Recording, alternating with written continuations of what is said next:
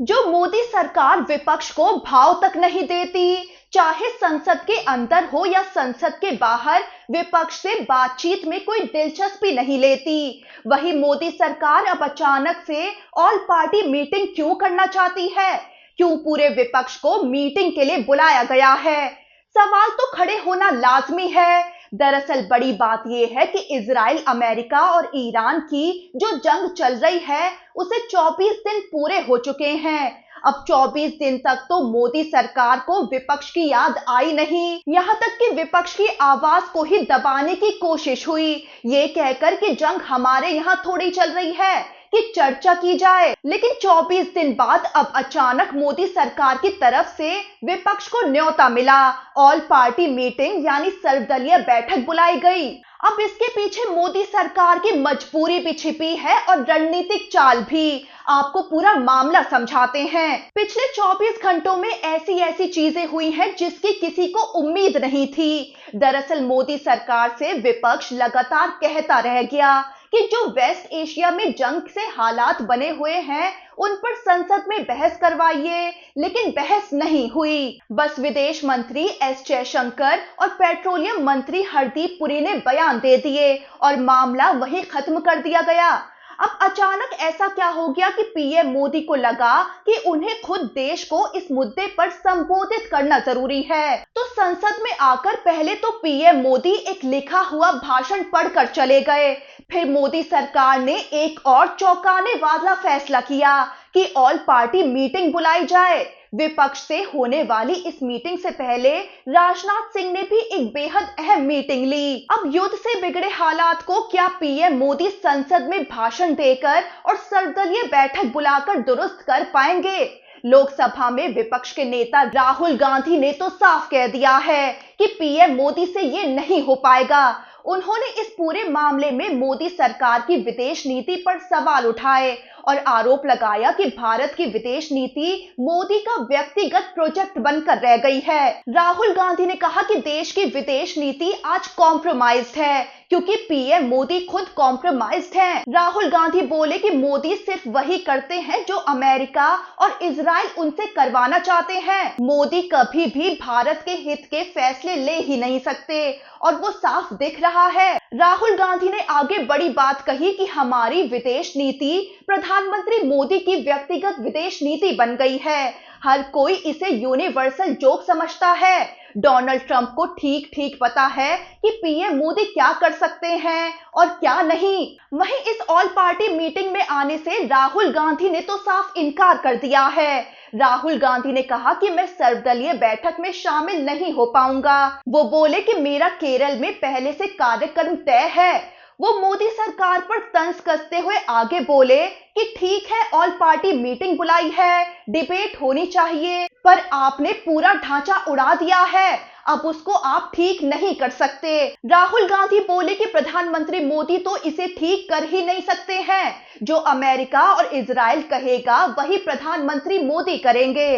वहीं राहुल ने संसद में दिए पीएम मोदी के भाषण को अप्रासंगिक बता दिया है। राहुल गांधी पीएम मोदी के भाषण पर बोले कि ऐसा लगना चाहिए कि वो भारत के प्रधानमंत्री हैं, लेकिन कोई पोजीशन नहीं दिख रही। लोगों को इसकी कीमत चुकानी पड़ेगी। राहुल गांधी ने आगे कहा कि एलजीपी और ईंधन की बढ़ती कीमतें सिर्फ शुरुआत है। वो बोले कि मोदी जी कहते हैं कि स्थिति कोविड की तरह संभल जाएगी, लेकिन वो भूल गए हैं कि कोविड में कितने लोग मरे और कितनी त्रासदियां हुई। अब आखिर 25 दिन बाद विपक्ष को मीटिंग में बुलाकर मोदी सरकार क्या हासिल करना चाहती है? ऐसा क्या बदल गया कि जो मोदी सरकार ये तर्क दे रही थी कि युद्ध तो उधर हो रहा है, हमारे यहाँ नहीं, हम उस पर चर्चा क्यों करें, वो अब ऑल पार्टी मीटिंग बुलाकर विपक्ष से क्या बात करना चाहती है? दरअसल मोदी सरकार को आखिरकार जंग के 24 दिन बाद ये बात समझ में आ गई है कि अब विपक्ष को रीच आउट करना ही पड़ेगा। इसके पीछे दो बड़ी वजहें हैं। सबसे बड़ी वजह है चुनाव। 5 राज्यों में विधानसभा चुनाव होने जा रहे हैं। इनमें केरल और तमिलनाडु खास तौर पर अहम है क्योंकि यहाँ बड़ी संख्या में लोग खाड़ी देशों में काम करते हैं। ऐसे में युद्ध की वजह से कई लोग देश लौट आए हैं, जिससे कईयों की रोजी रोटी प्रभावित हो गई है। अब ऐसे में ये सीधे सीधे चुनावी मुद्दा बन सकता है। वहीं मोदी सरकार की दूसरी बड़ी चिंता है एलजीपी और ऊर्जा संकट बीजेपी के खिलाफ चुनावी हथियार न बन जाए। इजराइल, अमेरिका और ईरान की इस जंग में गैस, तेल और ईंधन की सप्लाई प्रभावित होने लगी है।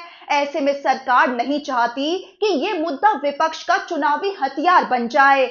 इसीलिए राज्यों का सहयोग भी जरूरी है और उसके लिए राजनीतिक सहमति बनानी होगी। ऐसे में इस सर्वदलीय मीटिंग के जरिए मोदी सरकार की ये कोशिश है कि वो विपक्ष की सहमति जुटाए, ये बताकर कि देखिए इसमें तो हम कुछ कर नहीं सकते। साथ ही विपक्ष को मीटिंग पर बुलाकर मोदी सरकार की एक कोशिश ये भी है कि देश के सामने ये दिखाया जाए कि कैसे सरकार और विपक्ष इस मामले पर संयुक्त है। किसी संकट के लिए सरकार जिम्मेदार नहीं है। यही बात अब पीएम मोदी के भाषण में भी सुनाई दी है। प्रधानमंत्री मोदी ने संसद में कहा कि दुनिया तक भारत की एक संयुक्त आवाज जानी चाहिए। अब बड़ी बात यह है कि ऐसा करने में मोदी सरकार इतनी देर से क्यों जागी? विपक्ष की बातों को अहमियत देने में 24 दिन क्यों लग गए? अब जब देश में एक नैरेटिव तो पहले ही बन चुका है, देश ही नहीं पूरी दुनिया में ये मैसेज जा चुका है। खासकर ईरान के सुप्रीम लीडर रहे अयातुल्ला अली खामेनी की हत्या पर मोदी सरकार की लंबी चुप्पी रही।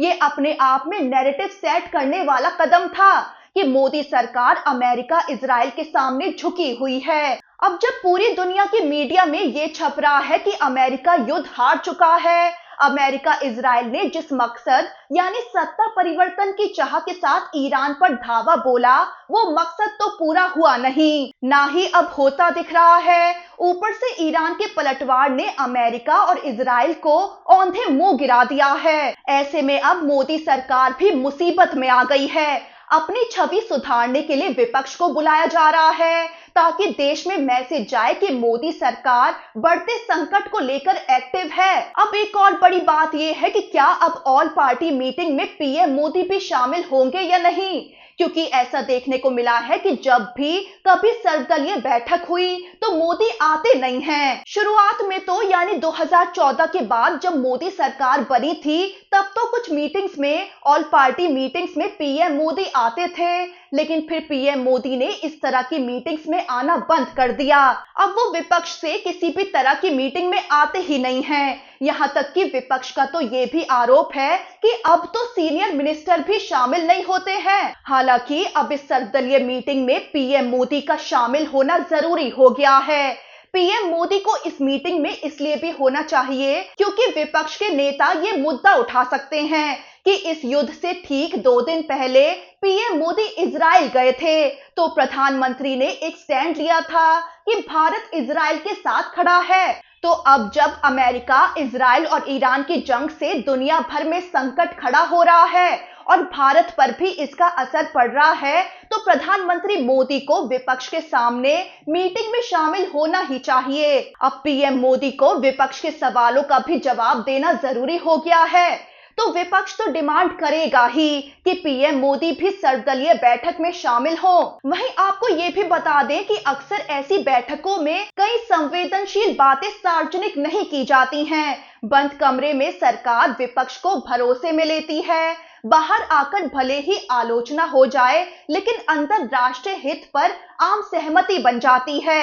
ऐसा पहले भी देखने को मिला है, जैसे ऑपरेशन सिंदूर के वक्त। तब भी विपक्ष ने मीटिंग में सरकार से सवाल पूछे थे, सरकार ने भी जवाब दिए थे, लेकिन बाहर आकर सभी दल एकजुट नजर आए थे। तो अब भी ऐसा ही हो सकता है कि सरकार असल में विपक्ष को पूरी सच्चाई बताना चाहती हो, क्योंकि अब उसे एहसास हो गया है कि अगर स्ट्रेट ऑफ हॉर्मुज अगले कुछ दिनों तक इसी तरह बंद या प्रभावित रहा तो भारत के अंदर बहुत बड़ा संकट खड़ा हो सकता है। तेल, गैस, व्यापार सब पर असर पड़ेगा। इसीलिए अब विपक्ष को भरोसे में लेना जरूरी हो गया है। लेकिन बड़ी बात यह है कि मोदी सरकार को इस मुद्दे पर गंभीर होने में पूरे 24 दिन लग गए, जहां दुनिया के बड़े बड़े लोकतांत्रिक देशों में युद्ध शुरू होने के सिर्फ 3-4 दिनों के अंदर ही संसद में चर्चा हो गई थी। कई देशों के राष्ट्रपति और प्रधानमंत्री संसद में खड़े होकर सीधे बयान दे चुके थे और इधर भारत में यहां प्रधानमंत्री मोदी को संसद में विस्तार से बोलने में 24 दिन लग गए और सभी दलों की बैठक बुलाने में पूरे 25 दिन। अब सरकार चाहे सार्वजनिक तौर पर तो विपक्ष के सवालों पर कुछ ना कहे, लेकिन बैठक के अंदर तो जवाब देना ही पड़ेगा। वहीं देखना होगा कि क्या अब भी प्रधानमंत्री मोदी खुद इस बैठक में शामिल नहीं होंगे।